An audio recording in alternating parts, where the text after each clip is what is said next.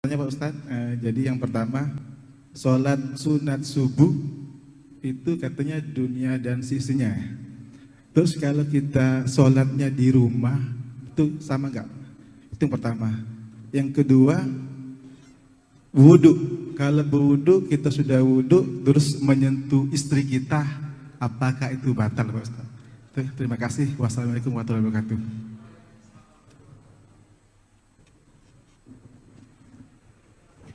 Raka'atul fajri khairum minad dunya wa ma fiha. 2 rakaat qabliyah subuh lebih baik daripada dunia seisinya. Disebut dia dengan raka'atul fajri, disebut dia dengan rakaat qabliyah subuh. Bagi yang pakai usolli sunnatas subhi raka'ataini qabliyatan. Waktunya dari azan sampai ke iqamat. Jadi kalau bangunnya itu sudah azan subuh, dia di rumah, apakah dia langsung sholat subuh atau qabliyah subuh? Qabliyah subuh dulu. Andai terbangunnya itu sudah terlambat, apakah hilang waktu qabliyah? Tidak. Andai dia di masjid, masuk ke dalam masjid, tiba-tiba iqamat. Qad qamatis salatu, qad qamatis salah. Allahu akbar, Allahu akbar, la ilaha illallah. Dia langsung sholat subuh. Setelah sholat subuh, dia qabliyah subuh. Qadha diganti qabliyah subuh. Satu-satunya sholat qabliyah yang diganti Nabi adalah qabliyah subuh. Saking pentingnya qabliyah subuh. Rakaat pertama ayatnya qul ya ayyuhal kafirun. Rakaat kedua ayatnya qul huwallahu ahad. Imam Muslim dalam kitab Sahih Muslim membuat satu bab khusus. Waktunya dari azan sampai iqamat. Jumlahnya 2 rakaat. Ayatnya kuliah dengan kulhu. Keutamaannya lebih baik daripada dunia dan seisinya. Kalau qabliyahnya saja lebih baik daripada dunia dan seisinya, apalagi sholat subuhnya. Jadi dilaksanakan di rumah hukumnya boleh. Qabliyah itu tidak hanya di masjid saja.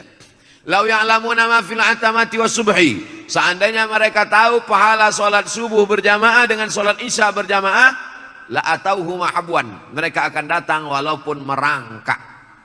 Kenapa mereka tak tahu? Karena Allah tak kasih tahu. Allah mau kasih surprise bagi mereka yang datang sholat subuh berjamaah. Ini tentang qabliyah subuh. Yang kedua tentang bersentuhan laki-laki dengan perempuan yang tak mahram. Istri itu mahram karena nikah, tapi dia tidak mahram karena nasab. Yang dimaksud di sini mahram nasab.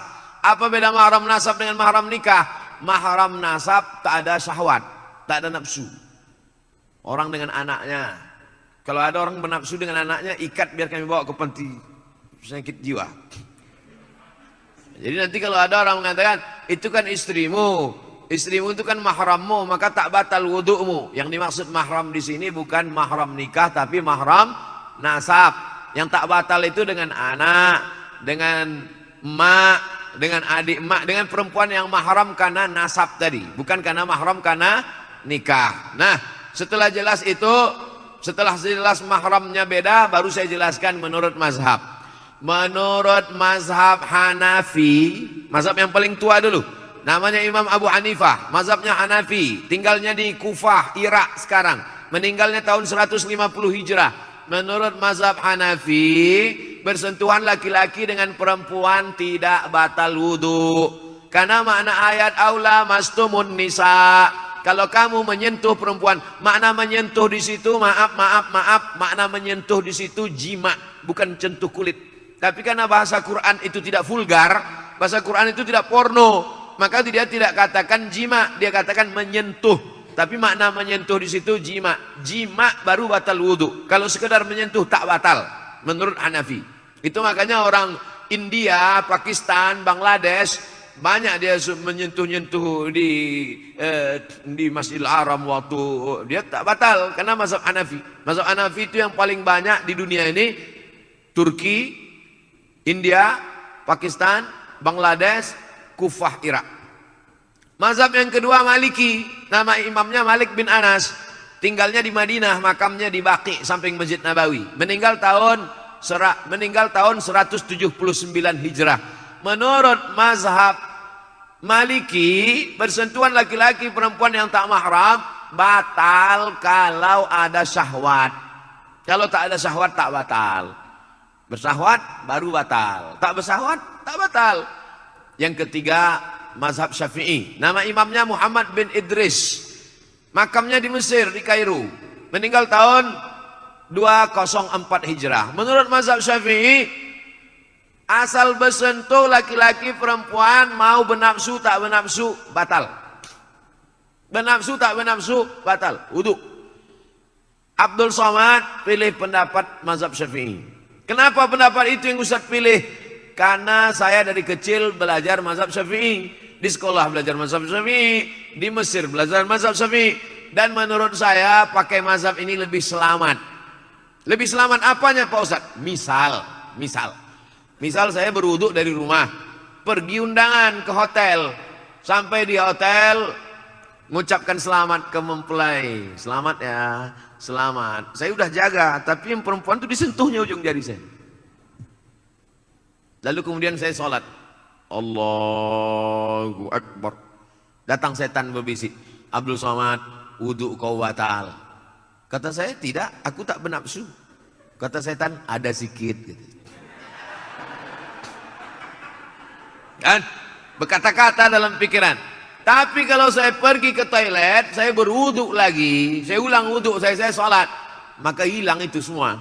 Hilang kata-kata. Itu makanya mazhab Syafi'i itu dikatakan asyaddu ihtiyatan, tingkat kehati-hatiannya lebih tinggi. Mazhab Syafi'i itu tingkat kehati-hatiannya lebih tinggi. Di antaranya dalam masalah wudu ini. Yang kedua masalah imsak waktu subuh. Mazhab Maliki tak ada imsak. Saya tinggal di Maroko, mazhab Maliki. Maliki itu yang paling banyak, mazhab Maliki, Tunisia, Aljazair, Maroko, Mauritania, Andalusia, Irak, sebagian Mesir. Banyak mazhab Maliki. Dalam mazhab Maliki tidak ada imsak.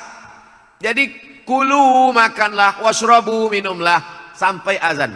Allahu Akbar, Allahu Akbar. Jadi kami di Maroko tidak ada itu sirine imsak. Jadi kami makan aja. Makan, tiba-tiba azan. Mulut berisi. Mazhab Syafi'i tidak begitu. 50 ayat sebelum azan ada imsak. Jadi waktu itu belum ada jam, maka dipakai 50 ayat. Setelah dihitung-hitung 50 ayat itu diagak-agak lebih kurang 10 menit. Itulah maka ada imsak di tempat kita. Kalau hidup lampu. Tingkat kehati-hatiannya lebih tinggi. Setelah bersih mulut, gosok gigi, baru kemudian terdengar azan. Jadi lebih hati-hati sehingga tidak ada was-was. Demikian. Allahu a'lam. Baik, kami silakan Ibu.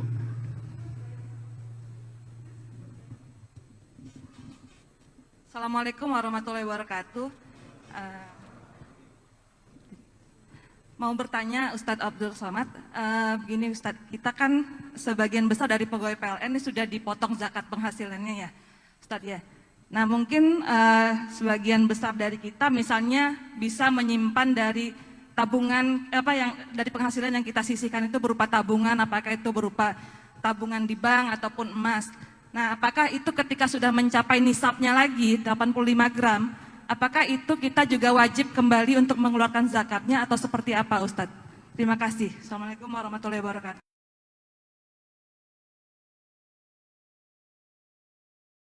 Teknis, berarti tak masuk yang tadi itu. Kita hitung mudah dari Januari lah ya. Januari, kita hitung mudah dari Rabiul Awal, bulan Maulid.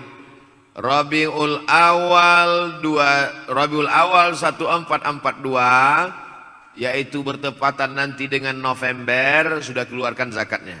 Kebetulan ibu dapat 10 juta. Amin. Banyak yang tak setuju. 10 juta 250 ribu, 10 juta 250 ribu, 10 juta 250 ribu, 10 juta 250 ribu. Dari November, dari Rabiul Awal November. Maka Rabiul Awal garis miring November 2021, yang 120 juta kotor tadi tidak dikeluarkan lagi zakatnya karena sudah dikeluarkan duluan. Sudah dipakai untuk biaya anak sekolah, untuk itu, untuk ini. Yang kalau kotornya itu 120 juta karena 1 bulan 10 juta, maka tinggal berapa di situ, tidak ada lagi zakatnya karena sudah dikeluarkan duluan.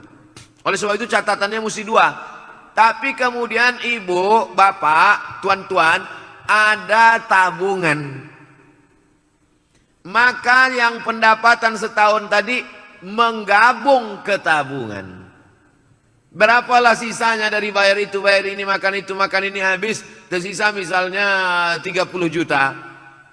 Ternyata di dalam tabungan itu ada 70, tambah 70 tambah 30, maka menjadi 100. Yang tabungan itulah yang dihitung dalam simpan per tahun. Kapan mulai menghitung startnya itu? Setelah dia mencapai nisab 85 gram kali sejuta 85 juta. Jadi misalnya ada uang tersimpan yang bukan termasuk yang setahun yang sudah dikeluarkan tadi. Ada uang tersimpan di situ sekitar 70 atau sekitar berapa? Belum ada zakatnya karena baru 70. 80 belum juga ada zakatnya. Begitu mencapai ambang batas 85, 85, catat kapan dia mencapai 85. Mencapai 85 kebetulan pas 1 Idul Fitri. 1 Idul Fitri 85. Simpan setahun barulah keluar zakatnya. Ini tentang masalah tabungan. Selesai masalah tabungan. Kalau begitu ada 2 catatan. Ada gaji yang dikeluarkan duluan, ada tabungan uang simpanan yang memang tidak diganggu-ganggu. Pertanyaan yang kedua tentang emas. Bapak ibu yang menyimpan emas dalam bentuk batangan, emas antam atau mini gold atau dalam bentuk dinar yang bukan perhiasan, maka dikeluarkan zakatnya 2,5% setelah disimpan selama setahun. Dapat uang, beli antam 5 gram. Dapat duit, beli antam 10 gram. Dapat duit, beli mini gold. Dapat duit, beli. Tapi bukan perhiasan. Ketika dia mencapai 85 gram, catat. Sudah mencapai 85 gram tanggal sekian. Tanggal ini penting. Setelah setahun disimpan, keluarkan zakatnya 2,5%. Tahun berikutnya 2,5%. Tahun berikutnya 2,5%. Kalau menjadi 100 gram, keluarkan 2,5% dari 100 gram. Menjadi 300 gram, keluarkan 2,5% dari 300 gram. Ini emas batangan yang bukan emas perhiasan. Sekarang pembahasan emas perhiasan. Gelang, anting, subang, perhiasan. Emas perhiasan 2 pendapat ulama. Pendapat pertama, emas perhiasan dikeluarkan zakatnya sekali seumur hidup. Pendapat Imam Ahmad bin Ambal, mazhab Ambali. Maka balik dari sini, ambil gelang, subang, rantai, anting, gelang kaki, gelang leher, semua, gelang tangan, hitung sekali seumur hidup 2,5%. Ini zakat yang ini pendapat pertama. Pendapat yang kedua mengatakan perhiasan emas tidak ada zakatnya sampai nisabnya 200 keping. Kalau zakat normal tadi 20 keping. Kalau zakat perhiasan 200 keping. 200 keping itu 850 gram. 850 gram itu sekilo kurang seon setengah. Jadi kalau ada anting-anting ibu beratnya sekilo kurang seon setengah, asal dipakai undangan merah muka menahankan sakitnya, itu baru dikenakan zakat. Saya ulang sekali lagi, zakat perhiasan emas 2 cara, 2 pendapat. Pendapat pertama, dikeluarkan sekali seumur hidup. Pendapat yang kedua, tidak ada zakatnya sampai 850 gram sekilo kurang seon setengah. Saya pakai pendapat yang pertama. Saya condong pada pendapat yang pertama, keluarkan zakatnya sekali seumur hidup. Tapi kalau banyak, keluarkan tiap tahun.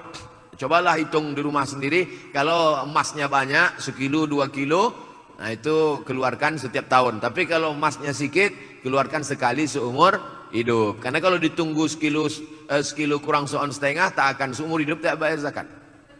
Wallahu a'lam. Jelas kan? Wallahu a'lam bishawab.